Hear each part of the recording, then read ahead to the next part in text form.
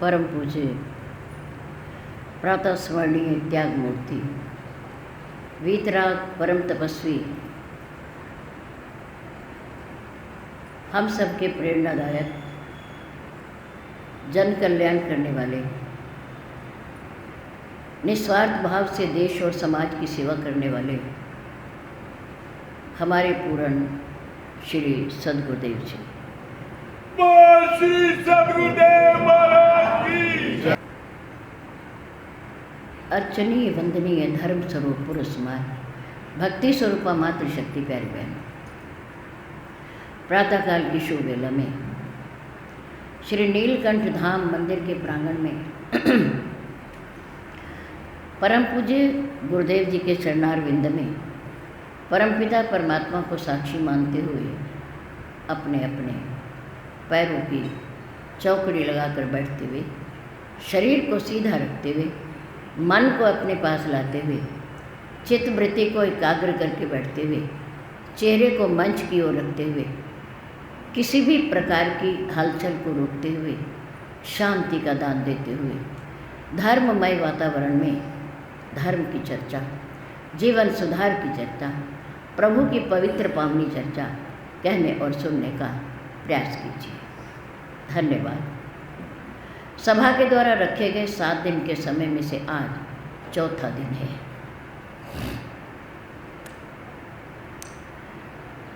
धन्यवाद के पात्र हैं वे सज्जन प्रभु भक्त जो समय के अंदर प्रभु की पावन कथा को श्रवण करने का प्रयास करते हैं। यहाँ पर 3 कॉलोनी हैं, गोपाल नगर, केशव नगर, नुमाइश कैंप, और तीनों कॉलोनी के लोग, समाज, सज्जन लोग श्री महाराज जी के प्रति इतने एहसानमंद हैं, इतने कर्जदार हैं, जो आपने गुरुदेव ने हमें जो राम नाम रूपी धन का अमृत पिलाया है, उसका कर्जा या उसका ऋण हम कई जन्मों तक भी उतार नहीं सकते। केवल 1 घंटे का समय देकर के यहाँ आकर के बैठना है और फिर अपने अपने गृह कार्यों में व्यस्त हो जाना है, फिर आपको कोई नहीं टोकेगा। लेकिन क्या करें, हम अंदर से पक्के इतने हैं और चिकने घड़े इतने हैं कि बूंद पड़ती है और नीचे, बूंद पड़ती है और नीचे। हमारे ऊपर कोई असर ही नहीं होता।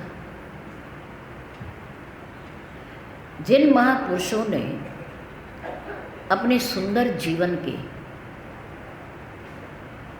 50 साल हमारे लिए दिए हों और हमारे से उसके बदले में कुछ ना लिया, तो ऐसे महापुरुषों का ऋण हम कहाँ उतारेंगे, कैसे दे पाएंगे? कर्जा तो उतर जाता है, पर किसी का लिया हुआ एहसान मरते दम तक भी नहीं उतरता।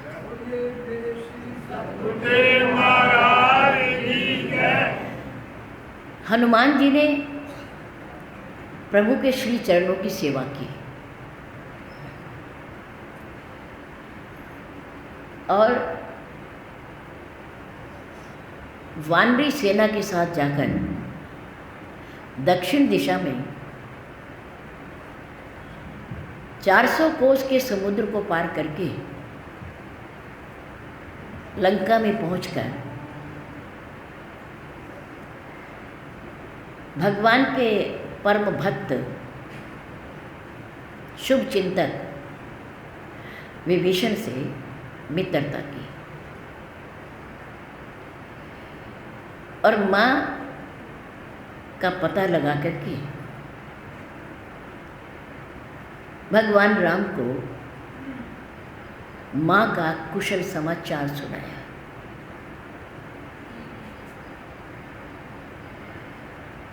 भगवान राम हनुमान जी के इस एहसान के नीचे इतना दबे कि उन्होंने श्री सुंदरकांड में 3 पंक्तियों में हनुमान जी का धन्यवाद करते हुए कहा कि सुन कपि तो ही उऋण मैं नाही। हे वानर, हे हनुमान, तुमने जो सीता जी का पता लगा के समुद्र पार करके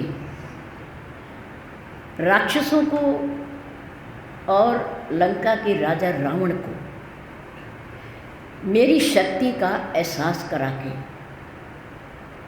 जो मेरे ऊपर एहसान किया है ना, सुन कपि तो ही उऋण मैं नाही, देखो करी विचार मन माही। प्रति उपकार करऊँ का तोरा, सन्मुख होई न सकत मन मूरा। तेरे एहसान के बदले जो तुमने मेरे ऊपर किया, मैं तुम्हें क्या दूँ कि तुम्हारा ऋण उतर जाए।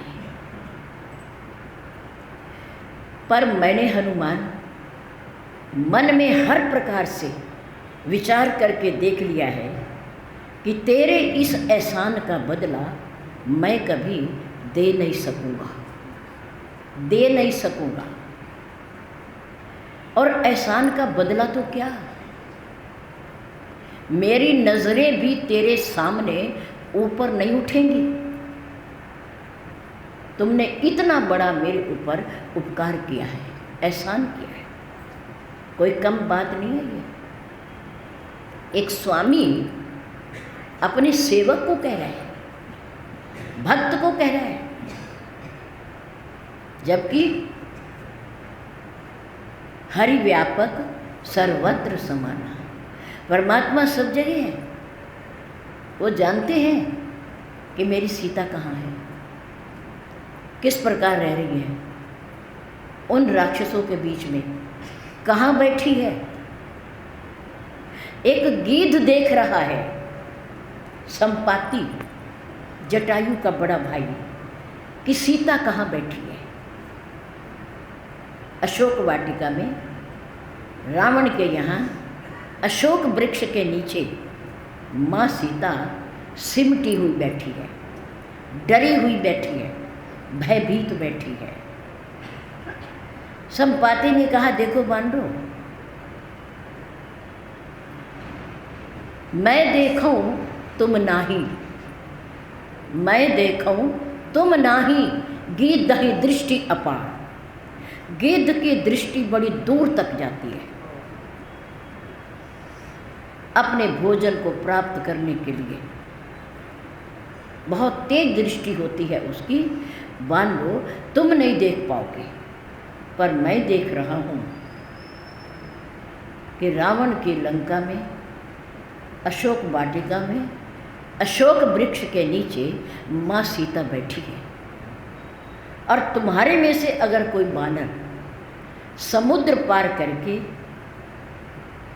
पार लंका में पहुंच जाए तो वो सीता जी का पता लगा सकता है। जब एक गीध को, अधम को, आमिक भोगी को, मांसाहारी को सीता जी दिखाई दे रही है अशोक वाटिका में बैठी हुई, तो भगवान को, साक्षात ईश्वर को, क्यों नहीं दिखाई दे रही? दिखाई दे रही है, पर फिर भी वो अपने भक्तों का एहसान मानते हैं। भक्त हनुमान की भक्त। अयोध्या में जाने के बाद जब भगवान राम राज सिंहासन पर आरूढ़ हुए, राजा बने, सारा राजकाज कुशलतापूर्वक चलने लगा। एक बार भरत, लक्ष्मण, शत्रुघ्न तीनों भाई इकट्ठे होकर के बैठे और विचार करने लगे कि देखो, हमारे में से ये हनुमान, बजरंगबली, पवन सुत कितना भाग्यशाली है कि हर समय हमारे ज्येष्ठ भ्राता की सेवा में तत्पर रहते हैं। उनके चरणों की सेवा का सौभाग्य इन्हें प्राप्त है। कितने लगन और प्रेम के साथ ये उनकी सेवा करते हैं, चरणों के अनुरागी हैं। एक क्षण भी अपना व्यर्थ नहीं जाने देते।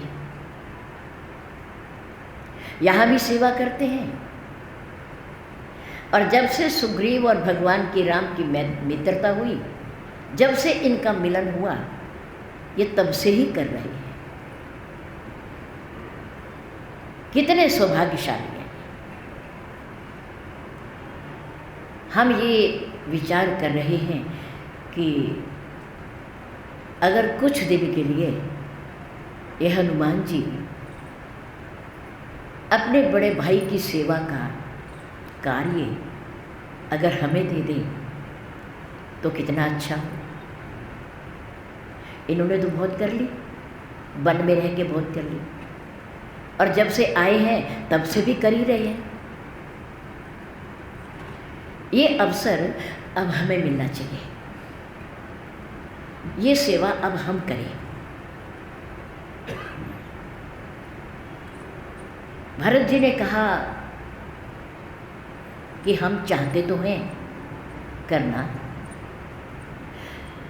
पर ये सोचो कि हनुमान जी को उनकी सेवा से, भगवान की सेवा से दूर कौन करेगा?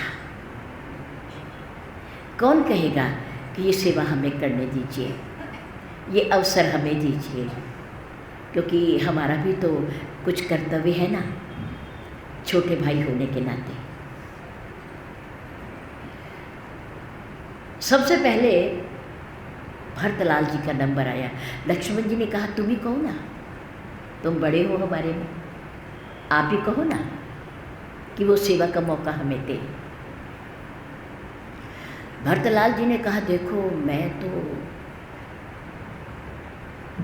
हनुमान जी को कुछ नहीं कह सकता, प्रभु की सेवा से दूर नहीं कर सकता। उन्होंने कहा क्यों? लक्ष्मण जी कहने लगे क्यों? सेवा करना चाहते हो और आगे बढ़ना चाहते हो, अवसर चाहते हो, तो कहोगे तो वो थोड़ा दूर होंगे। भरतलाल जी ने कहा मैं किस मुंह से उन्हें कहूँ कि तुम प्रभु से दूर हो जाओ? क्यों, क्या बात है? भरतलाल जी ने कहा कि जब हमारे ज्येष्ठ भ्राता राम जी के आने में केवल एक दिन शेष बचा, रहा हूँ एक दिन अवधि अधारा, समुझत मन दुख भयहु अपारा, कारण कवन नाथ नहीं आए, जानी कुटिल किंधु मोहि बिसराए। मैं कुटिल हूँ, मैं कपटी हूँ, मैं दोषी हूँ। वन में राम मेरे कारण गए हैं, उनके दुखों का कारण मैं हूँ, इसलिए शायद एक दिन शेष बचा है और मेरे पास कोई उनके आने का समाचार ही नहीं है, कोई सूचना ही नहीं है कि राम आ रहे हैं या नहीं आ रहे। मैंने उस समय विचार कर लिया कि अगर उनके आने की कोई सूचना नहीं आई और राम नहीं आए तो मैंने अपनी चिता बना करके तैयार कर ली। अगर दिन बीत जाने के एक पल भी बाद राम के आने की कोई सूचना नहीं मिली तो मैं उस चिता पर बैठ जाऊंगा और अपने प्राण खो दूंगा। रहा हूँ एक दिन अवधि अधारा, मेरे प्राणों का आधार केवल एक दिन शेष है, केवल एक दिन। तो लक्ष्मण, जब मेरे मन में ऐसे विचार आ रहे थे, मैं चिता पर बैठने को तैयार था, मेरा मन दुखी हो रहा था, मैं प्रभु की प्रतीक्षा करते करते 14 बरस तक अधीर हो गया था, व्याकुल हो गया था, क्योंकि प्रतीक्षा की घड़ियां बड़ी लंबी होती हैं। तो उस समय राम बिरह सागर मह, राम के बिरह रूपी वियोग रूपी सागर में जब मैं गोते खा रहा था, ऊपर नीचे हो रहा था, तो उस समय राम बिरह सागर मह भरत मगन मन होत, मैं डूबना ही चाहता था, डूबना ही चाहता था। केवल मेरा गला बचा हुआ था, गर्दन बची हुई थी। उस समय राम बिरह सागर में भरत मगन मन होत, विप्र रूप धरि पवन सुत, आए गए जनु पोत। उस समय ब्राह्मण का रूप बना करके पवन सुत हनुमान मुझ डूबते हुए भरत को बचाने के लिए पोत का रूप बन करके मेरे सामने आ गए। पानी में जो जहाज चलता है उसे पोत कहते हैं। क्या कहते हैं? पोत। जो ऊपर आकाश पर चलता है उसे हवाई जहाज कहते हैं, और जो पानी में चलता है उसे पोत कहते हैं।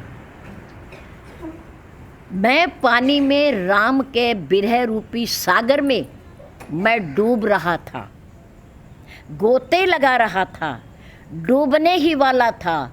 केवल गर्दन बची थी तो हनुमान जी ब्राह्मण का रूप बना करके मेरे सामने मानो मुझ डूबते हुए को बचाने के लिए पोत बन करके खड़े हो गए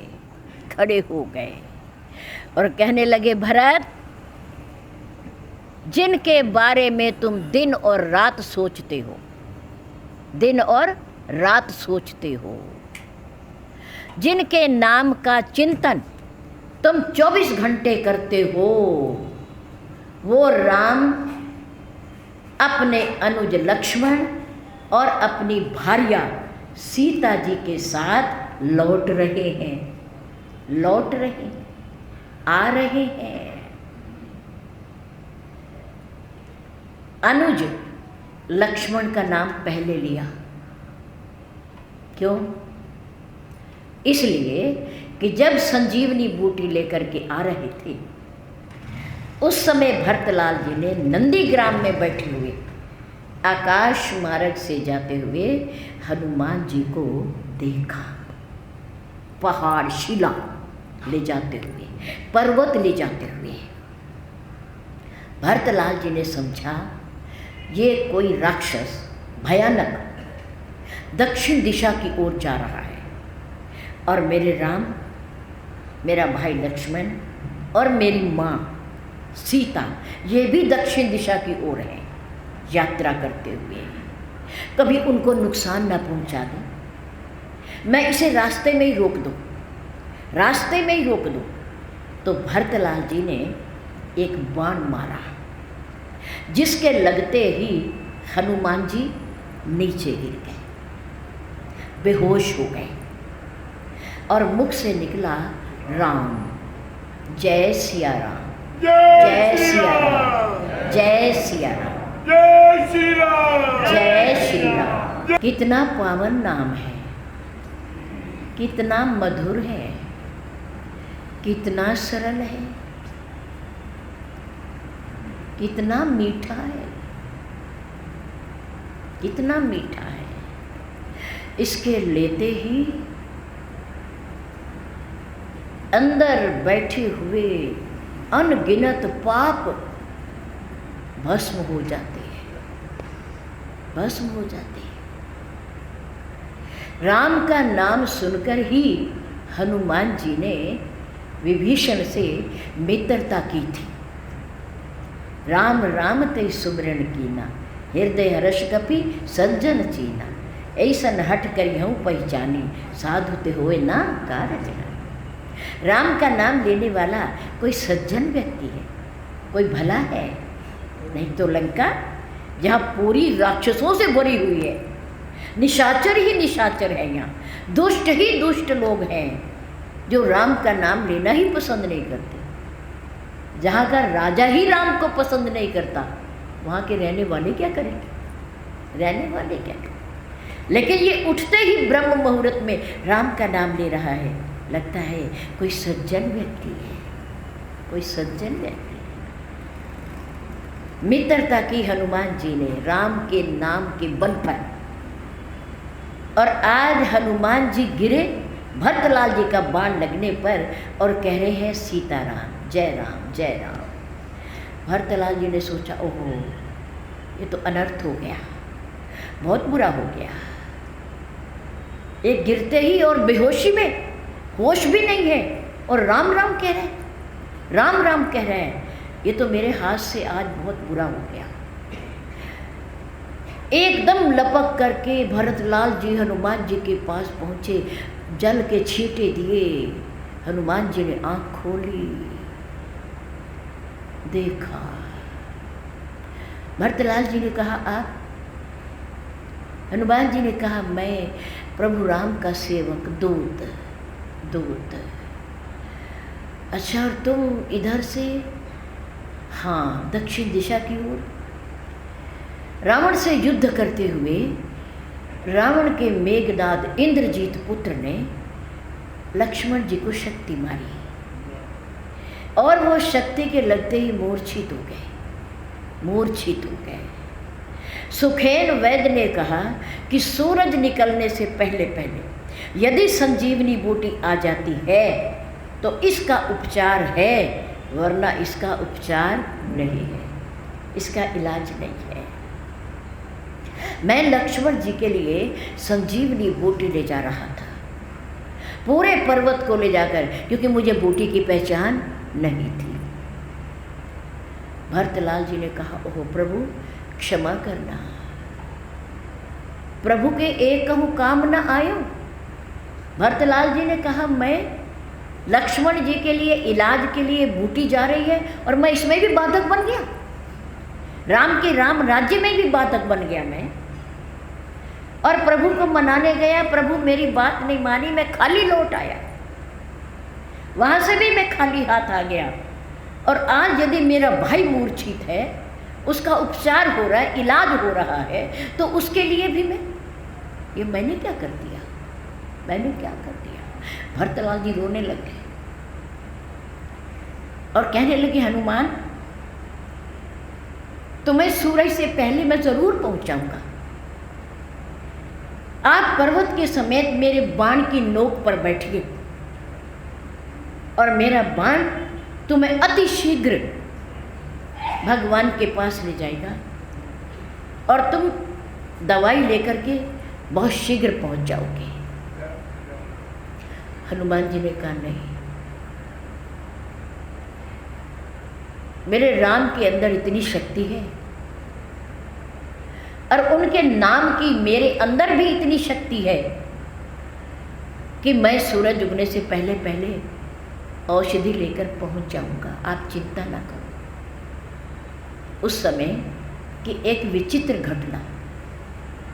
घटना, भरतलाल जी का बाण लगने के बाद हनुमान जी तो धरती पर गिरे, मूर्छित हुए, लेकिन संजीवनी बूटी का पहाड़ नीचे नहीं गिरा। वो कहाँ है? ऊपर टंगा हुआ है, ऊपर टंगा हुआ है। हनुमान जी ने कहा ये क्या? सोचा ये कैसे हो गया?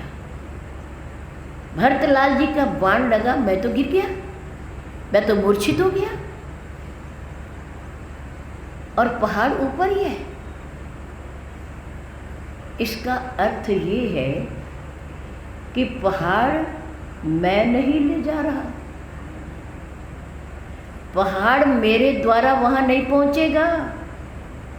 इसको ले जाने वाला हनुमान नहीं है, इस पहाड़ को ले जाने वाली मेरे राम की शक्ति है। वही इसको ऊपर टिकाए हुए है, वरना मैं गिरा पहाड़ क्यों नहीं गिरा, ये पर्वत क्यों नहीं गिरा, ये कैसे ऊपर खड़ा है? ये प्रभु की शक्ति है। हनुमान जी का भ्रम दूर हो गया और वो फिर से अपने हाथ के ऊपर पहाड़ लेकर के, पर्वत लेकर के प्रभु राम की ओर पहुँचे। भरतलाल जी ने कहा,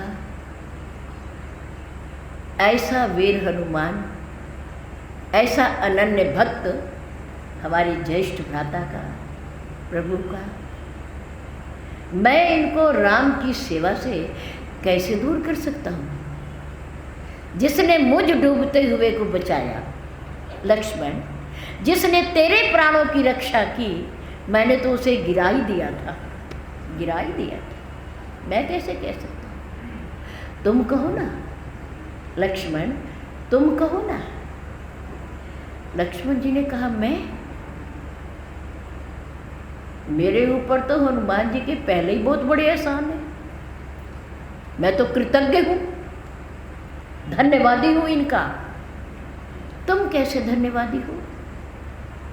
मैं इसलिए धन्यवादी हूँ इनका, एहसानमंद हूँ कि जब मेघनाद ने शक्ति मारी, वीर घातनी, और मैं मूर्छित होकर के रणभूमि में गिर गया।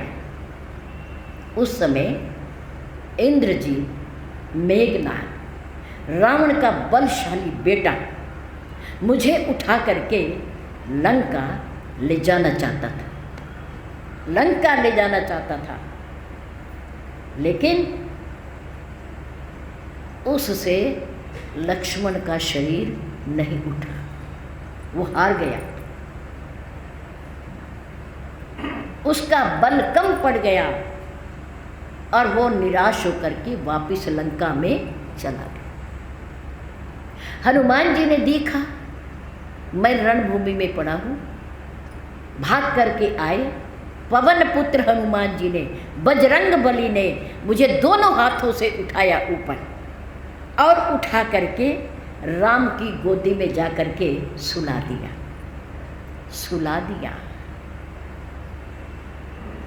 और भगवान की गोदी में सोने का सुख, आज तक तो मैं सोया नहीं था।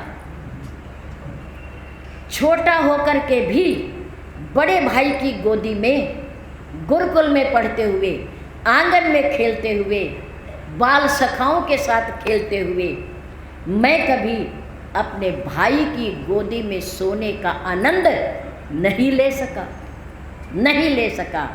लेकिन आज हनुमान जी ने, बजरंग बली ने मुझे मूर्छित अवस्था में रणभूमि से उठा करके प्रभु राम की गोदी में सुला दिया। जय श्री राम, जय श्री राम, जय श्री राम। ये कार्य कोई एक परमात्मा का परम भक्त ही कर सकता है, एक संत ही कर सकता है, दूसरा कोई नहीं कर सकता। गिरे हुए व्यक्ति को उठा करके संत भगवंत की गोदी में डाल देता है, वहाँ तक पहुँचा देता है। ये संत ही है जो परमात्मा से जीव को मिलाता है। लक्ष्मण जीव है और प्रभु राम ईश्वर है, परमात्मा है। ईश्वर राम से, परमात्मा से मिलाने वाला, गिरे हुए लक्ष्मण को उठा करके राम की गोदी में सुलाने वाला यदि कोई है तो वो ये राम का संत हनुमान है। हनुमान है। ऐसा आनंद देने वाला, भगवान की गोदी का आनंद देने वाला हनुमान, मैं भला इसके एहसान को कैसे भुला सकता हूँ? कैसे भुला सकता? मैं नहीं कह सकता कि तुम भगवान के चरणों से दूर हो जाओ, उनकी सेवा से दूर हो जाओ। उन्होंने कहा शत्रुघ्न जी का नंबर आया, तुम कह दो तुम छोटे हो, तुम्हारी तो बात मान लेंगे। शत्रुघ्न ने कहा प्रभु, इस सारी पूरी अयोध्या की घटना में जन्म से लेकर क्रीड़ा तक, विद्या पढ़ने तक, खेलने तक और वन जाने तक, वन से लौट आने के बाद तक, इन सारी घटनाओं में मेरा कोई रोल नहीं। मैं कभी बोला ही नहीं। अच्छा हो रहा है तो ठीक है, बुरा हो रहा है तो ठीक है। इधर राम राज्य होने जा रहा है, भाई को युवराज पद मिल रहा है, हम ननिहाल में हैं तो ठीक है। वापिस आए, पिताजी का देह अवसान हो गया तो ठीक है। ज्येष्ठ भ्राता प्रभु राम, माँ सीता और बड़ा भाई लक्ष्मण वन चले गए तो ठीक है, बिना दोष के। मैं कभी बोला ही नहीं कि ये गलत हो रहा है या सही हो रहा है। मैं कभी बोला ही, कभी आज तक जब मैंने मुख नहीं खोला, मुंह नहीं खोला, तो मेरा अब ही क्यों खुलवाते हो? अभी क्यों खुलवाते हो? जो हो रहा है सो अच्छा हो रहा है, अच्छा हो रहा है। मैं तो आप सबसे छोटा हूँ, मैं तो आपका अनुकरण कर रहा हूँ, आपके पीछे पीछे चलता हूँ। जो हो रहा है अच्छा हो। तीनों भाइयों की आपस में वार्ता होगी। कोई भी तैयार नहीं हुआ कि कोई बिल्ली के गले में घंटी बांधे, कुछ कहे। उन्होंने कहा चलो कोई बात नहीं, हमारे पास इसका कोई हल नहीं, चलो माँ के पास, सीता जी के माँ के पास चलो। तीनों भाई इकट्ठे होकर के माँ के पास गए, प्रणाम किया माँ को। माँ ने शुभ आशीर्वाद दिया तीनों देवरों को। कहा आओ, आज इकट्ठे होकर के कैसे आए? भरतलाल जी ने कहा माँ एक समस्या है। क्या समस्या है? समस्या ये है कि हनुमान जी को प्रभु राम की, अब हमारे ज्येष्ठ भ्राता की सेवा का बहुत समय मिला, बहुत समय मिला, और अब भी कर रहे हैं, अब भी कर रहे हैं। तो हम ये आपसे प्रार्थना करने आए हैं कि कोई ऐसा रास्ता निकालो कि हनुमान जी ये सेवा का भार, मौका कुछ दिन के लिए हमें दे दे, हमें दे दे। सीता जी ने कहा तुम क्या चाहते हो?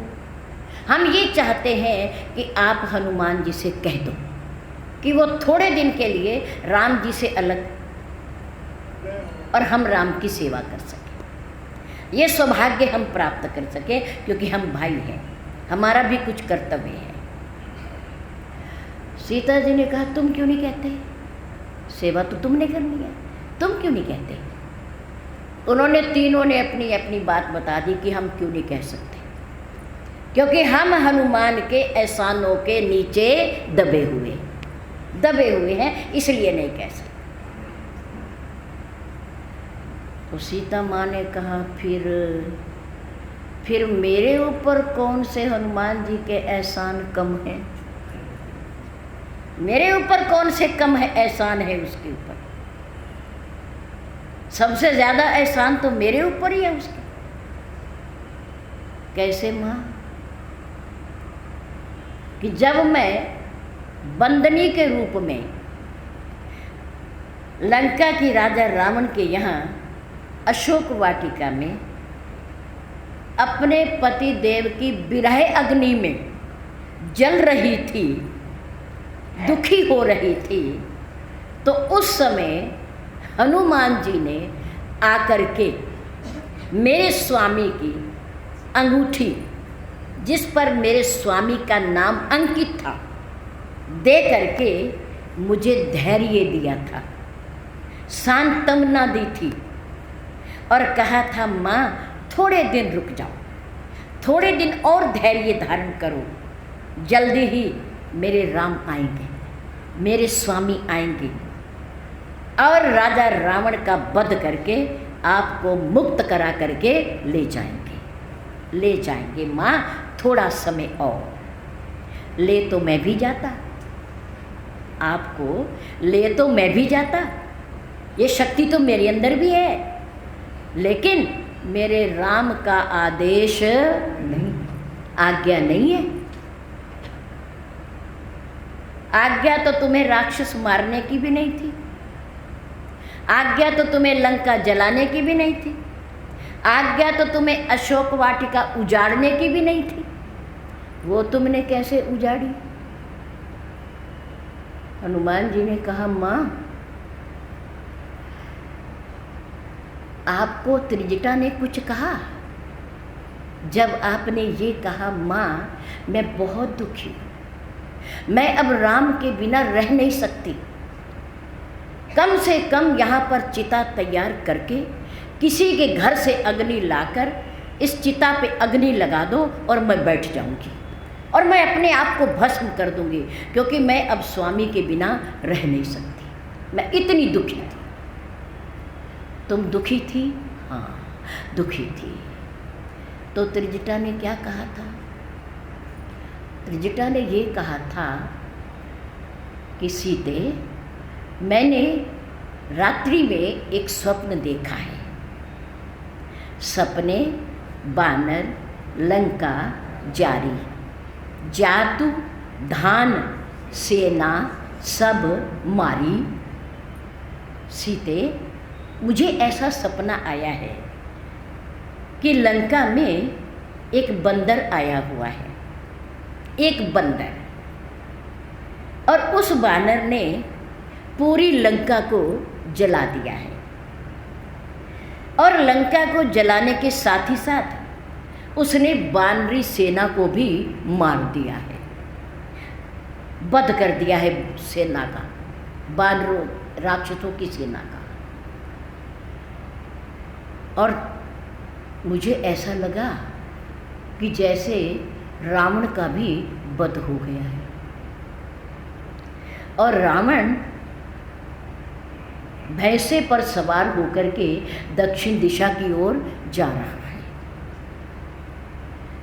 आपने सुना था? हाँ सुना था।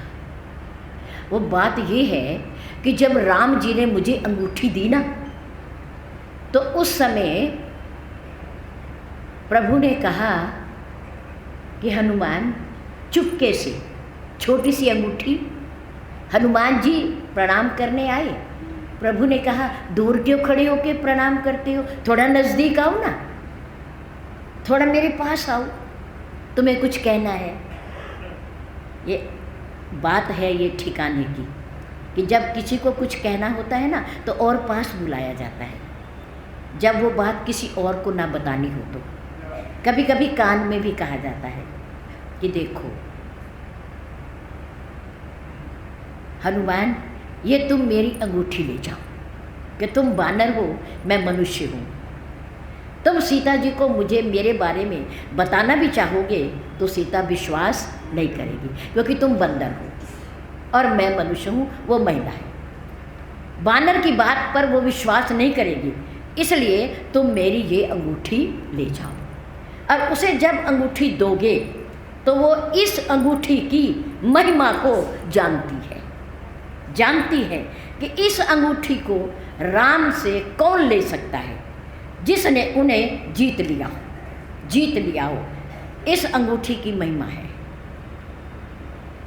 कि दूसरे के पास ये अंगूठी जा ही नहीं सकती, क्यों? क्योंकि ये अंगूठी स्वयं माँ सीता ने गंगा जी के घाट पर केवट को देने के लिए राम जी को दी थी। राम जी को दी थी। राम जी के पास कोई जेवर नहीं था, कोई गले की माला, कोई हाथों में अंगूठी, कोई कंगन, बिल्कुल नहीं था। क्योंकि तापस वेश विशेष उदासी 14 बरस राम वनवासी। पैरों से नंगे, सिर से नंगे, जेवर का तो सवाल ही पैदा नहीं होता। पर ये अंगूठी आई कहाँ से? वो माँ सीता की दी हुई थी। इसलिए माँ सीता उस अंगूठी को पहचानती थी। तुम जब ये जा कर के दोगे तो सीता को तुम पर विश्वास हो जाएगा, विश्वास हो जाएगा। वो मान लेगी कि तुम मेरे राम के, मेरे स्वामी के सेवक हो या दूत हो। वो तुम पर विश्वास कर लेगी। उस समय केवल अंगूठी दी मेरे प्रभु ने और कहा कि कहीं बल बिरहे बेगी तुम आयो। हनुमान अंगूठी देकर मेरे बिरहे, मेरे वियोग, मेरे प्रेम और मेरे बल का परिचय देकर के लंका में सीता जी को तुम जल्दी लौट आना, जल्दी लौट आना। उन्होंने मुझे कुछ नहीं कहा था कि लंका को जलाना, राक्षसों को मारना, वाटिका उजाड़ना, कुछ नहीं कहा। मुझे नहीं कहा। कभी कभी ऐसा होता है कि हम किसी को अपना संदेशा देकर किसी दूसरे के पास भेजते हैं, लेकिन संदेश के कहने में कोई कमी रह जाती है तो हम जाने वाले को तो नहीं बुलाते, लेकिन किसी ना किसी को अपना अधूरा संदेश पूरा करने के लिए उसके पीछे किसी को भेज देते हैं कि जाओ, ये बात मैं नहीं कह पाया, मुझे कहनी चाहिए थी, बात अधूरी रह गई है, तुम जाओ मेरी बात को उसे पूरा बता के आओ कि तुमने क्या करना है, तुमने क्या करना है। माँ, मेरे स्वामी ने मुझे पूरी बात नहीं बताई कि तुमने क्या करना है। केवल अंगूठी दी है, लेकिन त्रिजटा के बहाने, त्रिजटा के बहाने मेरे तक वो संदेश पहुंचा दिया है कि तुमने क्या क्या करना है, क्या क्या करना है। मुझे नहीं बताया, अधूरा संदेशा था, केवल अंगूठी दी थी, लेकिन त्रिजटा के माध्यम से उन्होंने पूरा संदेश पहुंचा दिया है। अब हनुमान जी सोचने लगे संदेशा तो आ गया, पर ये बात सोचने की है कि ये वाटिका उजड़ेगी कैसे, राक्षस मरेंगे कैसे। क्योंकि लड़ाई तो तब की जाती है जब दूसरे सामने वाले की तरफ से कोई इशारा होता है। बिना इशारे के झगड़ा करना बेकार है। एक कोई छेड़ता है, बात निकालता है, तो बात में से बात निकलती जाती है। अगर कोई संकेत ही नहीं होगा तो मैं लड़ूंगा किससे, और राक्षस मरेंगे कैसे, बगीचा उगड़ेगा कैसे। और फिर लंका को जलाना कोई आसान काम है? सोने की लंका, चारों तरफ पहरेदार, इतनी बड़ी चतुरंगनी सेना, और मैं फिर अकेला, और अकेला भी एक बंदर, एक बानर, इतने बड़े बड़े काम कैसे हो जाएंगे। अभी हनुमान जी विचार कर ही रहे थे, ऊपर बैठे हुए, इतने में कौन आ गया? रावण आ गया। रावण आ गया। सोच रहे थे कि माँ से कैसे मिलूं, कैसे मिलूं। रावण आया, उनके साथ उनकी धर्मपत्नी कौन थी? शिष्टाचार, ये सभ्यता है। क्योंकि वो 4 वेदों का ज्ञाता है ना, विद्वान भी है, पंडित भी है, ऋषियों की संतान भी है, सभ्यता है। जब जब वो सीता जी से मिलने जाता है, कुछ कहने जाता है, उसकी धर्मपत्नी पटरानी मंदोदरी उसके साथ होती है, साथ होती है। अकेला नहीं जाता, अकेला नहीं जाता। ये सभ्यता है कि उसकी पत्नी उसके साथ है। रावण ने कहा, सीते मैं इतनी बार तेरे से मिलने आया, बहुत बार मैंने प्रार्थना भी की, लेकिन पता नहीं क्या बात है, तेरे राम में कितना सौंदर्य है, कितना लावण्य है उसके अंदर, कितना पराक्रम है, कितना सौष्ठव है उसके पास, कि मुझ जैसे पराक्रमी राजा की ओर तो आंख उठा करके भी देखती नहीं। मुझे एक बार देख तो सही, एक बार बिलोक मम ओरा, मेरी ओर देख तो सही सीते। पर सीते तो पतिव्रता है ना, पतिव्रता, वो अपने पति की शक्ल के सिवा, सूरत के सिवा और किसी को देखना पसंद भी नहीं करती। महिला के लिए उसका पति परमेश्वर है।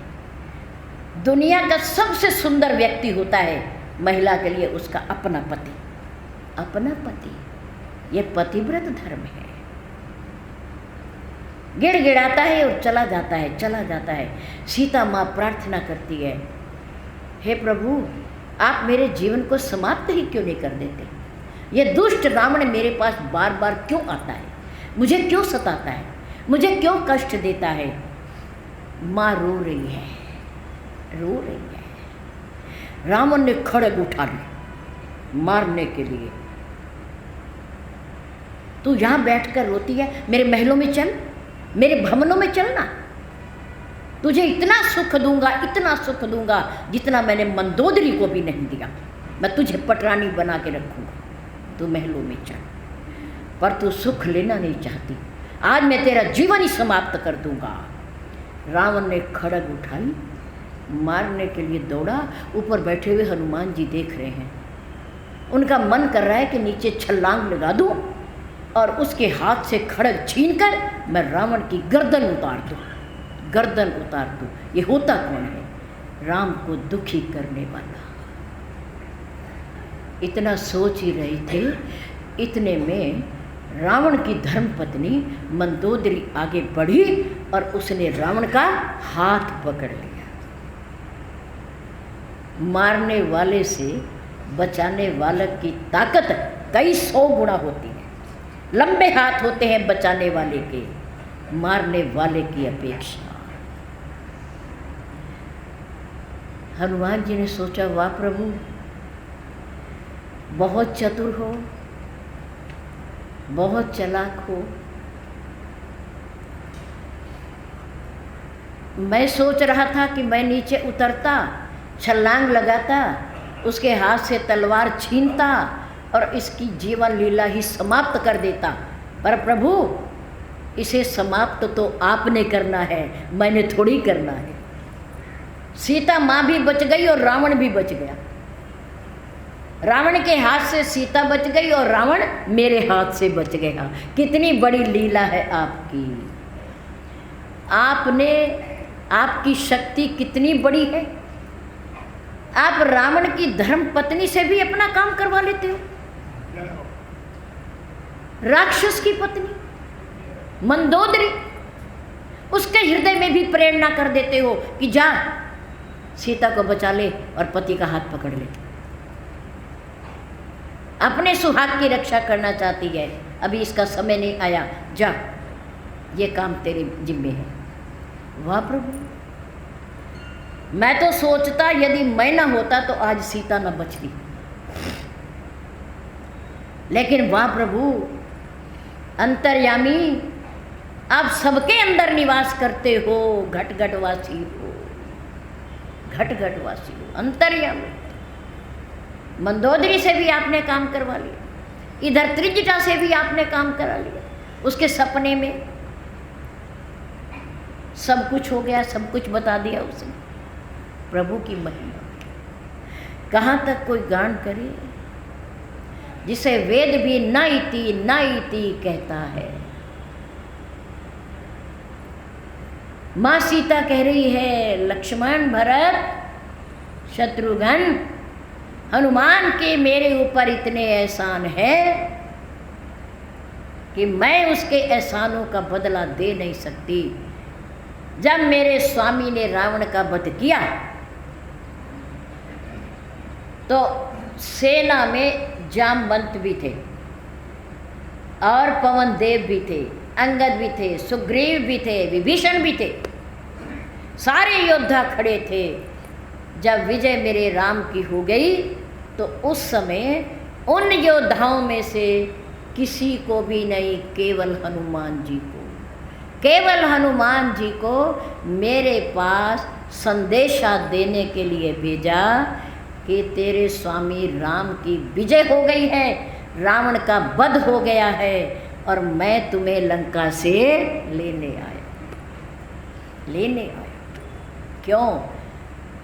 क्योंकि सीता जी का परिचय पहले हनुमान जी का हो चुका है। वो जानती हैं कि ये अनन्य सेवक है, ब्रह्मचारी है, ये प्रभु का भक्त है, ये मेरे राम का भक्त है ये। इसलिए उसे भेजा और उसने मुझे आकर के संदेशा दिया। मानो शरीर में मेरे प्राण लौट आए, शरीर में मैं निष्प्राण हो गई थी, वहाँ राक्षसों के बीच में रहती रहती मेरे प्राण लौट आए, मुझे जीवन दान दिया हनुमान जी ने। बताओ मैं कैसे कहूँ कि तुम प्रभु की सेवा ना करो? अर्थात सीता जी ने भी जवाब दे दिया। तीनों भाई भी और सीता जी भी हनुमान जी के एहसान के नीचे, प्रभु राम जी के एहसान, हनुमान जी के एहसान के नीचे दबे हुए हैं। स्वामी भी, माँ भी और तीनों भाई भी। एक सेवक, सेवक के प्रति हमारे भगवान कितने एहसानमंद हैं, कितने कृतज्ञ हैं, ये हमें श्री रामचरितमानस से पता चलता है। और एक हम हैं, विचार करो, एक हम हैं कि जिन महापुरुषों ने समय और अनुशासन के पालन में करते और करवाते हुए अपने जीवन के 50 साल दे दिए, 50 साल दे दिए। हम इतने कृतघ्न हैं, हम इतने कृतघ्न हैं कि हम उनकी बात, उनके एहसान को मानने के लिए तैयार भी नहीं है, तैयार भी नहीं है। हमारा क्या होगा? 8:20 पे हम यहाँ पहुँचते हैं, 4 महिला होती हैं, 4 पुरुष होते हैं। अब जो ये हाल भरा पड़ा है, मैं अगर आपसे पूछूं कि आप 8 बजे के बाद, जबकि सत्संग का समय 8 बजे निश्चित किया गया है, तो आप 8 बजे के बाद घर क्या करते रहते हो? क्या करते रहते हो? हैं? विषय भोगों के पापड़ बेलते रहते हो, मोह ममता से घिरे रहते हो, जिसे छोड़ने में एक दिन, एक क्षण का भी समय नहीं लगेगा और हमें कोई आके सूचना भी नहीं देगा कि तुम जाने वाले।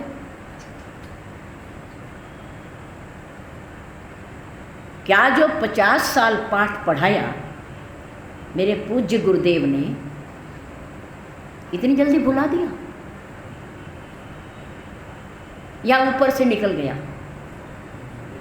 या जान के घरों में बैठे रहते हो कि देवी जी आ जाएंगी, सत्संग शुरू कर देंगी, उसके बाद जाएंगे? ये कृतघ्नता है, कृतघ्नता है। ये किसी से एहसान लेकर उस एहसान को ना मानना कृतघ्नता है, और जो एहसान को मानता है वो कृतज्ञ है। कृतज्ञ है वो, मेरे राम कृतज्ञ है जो सेवक का भी एहसान मानते हैं। माँ सीता कृतज्ञ है, भरतलाल जी कृतज्ञ है, लक्ष्मण जी कृतज्ञ है, शत्रुघ्न भी कृतज्ञ हैं। पर हमारे लिए शर्म की बात है कि हम कृतज्ञ नहीं, हम कृतघ्न हैं। बोल सदगुरुदेव कृतघ्न। महाराज की। भगवान के दरबार में कपट नहीं चलता, चतुराई नहीं चलती।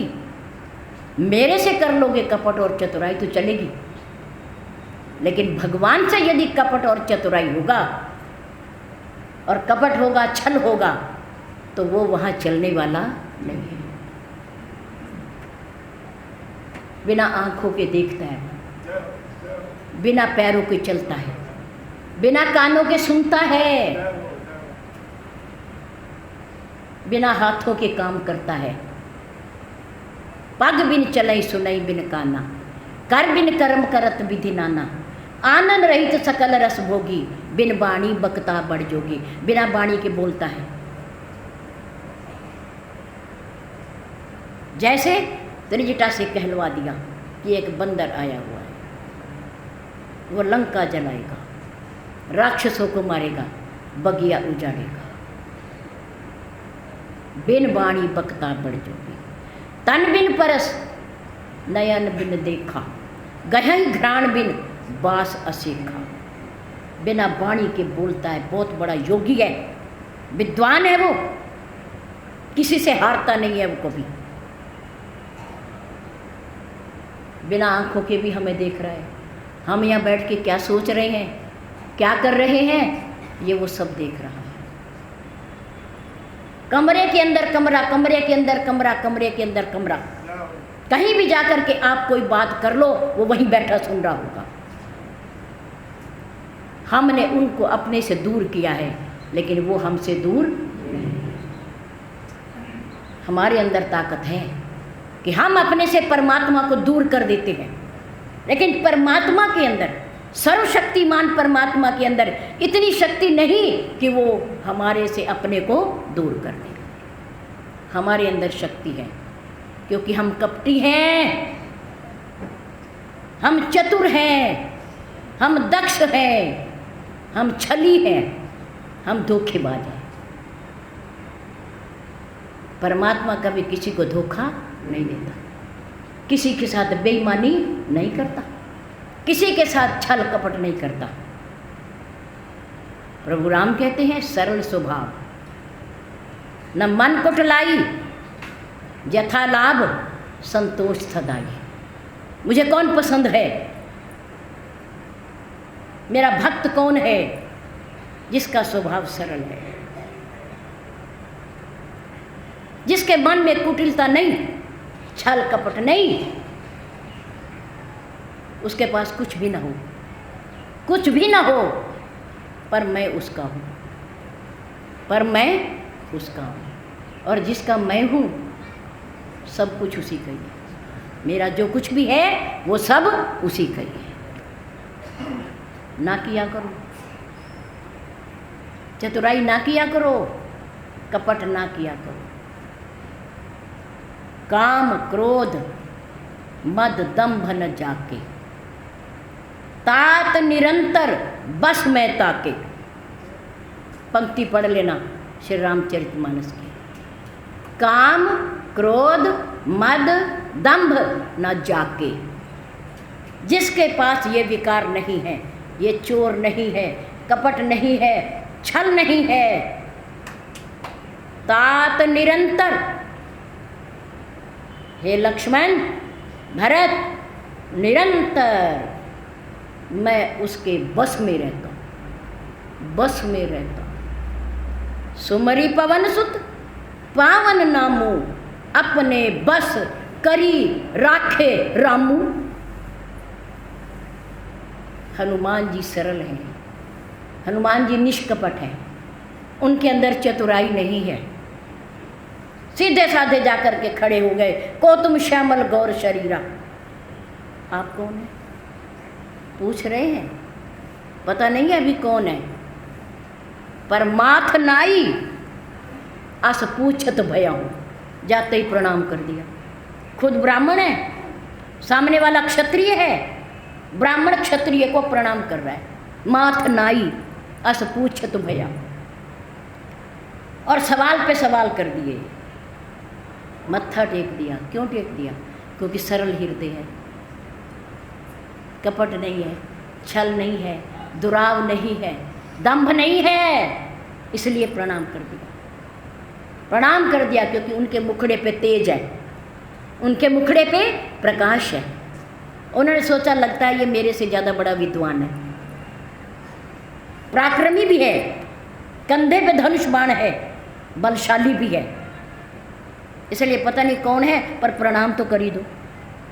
को तुम श्यामल गौर शरीर, इसलिए सुमरी पवन सुत पावन नामू अपने बस करी राखे। 24 घंटे हनुमान जी राम के पास नहीं है, हनुमान जी राम के पास नहीं है, बल्कि राम जी हनुमान जी के पास है। कर लो भक्ति, एक निस्वार्थ भाव से सेवा करने वाले संतों के उपदेशों को आपने ठुकरा दिया। 3 दिन बाकी हैं, आओगे तो ठीक है और नहीं आओगे तो 9 बजे आओगे तो ठीक है, 9:15 आओगे तो ठीक है, हमने तो 1 घंटा लेना ही है क्योंकि समय दे दिया। और फिर किसी की जिंदगी रही, जीवन रहा तो साल भर के बाद फिर देखा जाएगा, फिर देखेंगे। पर आपका तो पता चल ही रहा है हमें कि आप कितने एहसानमंद हो, आप कितने शुक्रगुजार हो महान पुरुषों के, और उन महान पुरुषों के लिए जिन्होंने कभी आपके आगे अपना हाथ नहीं फैलाया। किसी से अगर कोई दमड़ी ली हो, सेवा ली हो, तो वो हमें बता देना आगे। पात्र तो वो हैं जो समय से पूर्व आकर के यहाँ बैठते हैं, बात को पूरा सुनते हैं, क्योंकि प्रसंग जब तक प्रारंभ से न सुना जाए तब तक उसका पता नहीं चलता कि क्या चल रहा था, क्या चल रहा था। एहसान, किसी से लिया गया कर्ज तो उतारा जा सकता है, लेकिन एहसान किसी का मरते दम तक भी उतरता नहीं है। इसलिए एहसान मानो, माता पिता का भी, गुरुजनों का भी और परमात्मा का भी जो अंदर बैठा है। यह हमारी दुष्टता है कि हम उन्हें अपने से दूर समझते हैं, पर वो इतना दयालु है, इतना कृपालु है कि वो हमारे अपने से हमें कभी दूर नहीं करता। जहाँ हम जाएंगे वो हमारे, जहाँ हम जाएंगे वो हमारे, कौन कौन? एक महात्मा और एक परमात्मा, 2। धन्यवाद।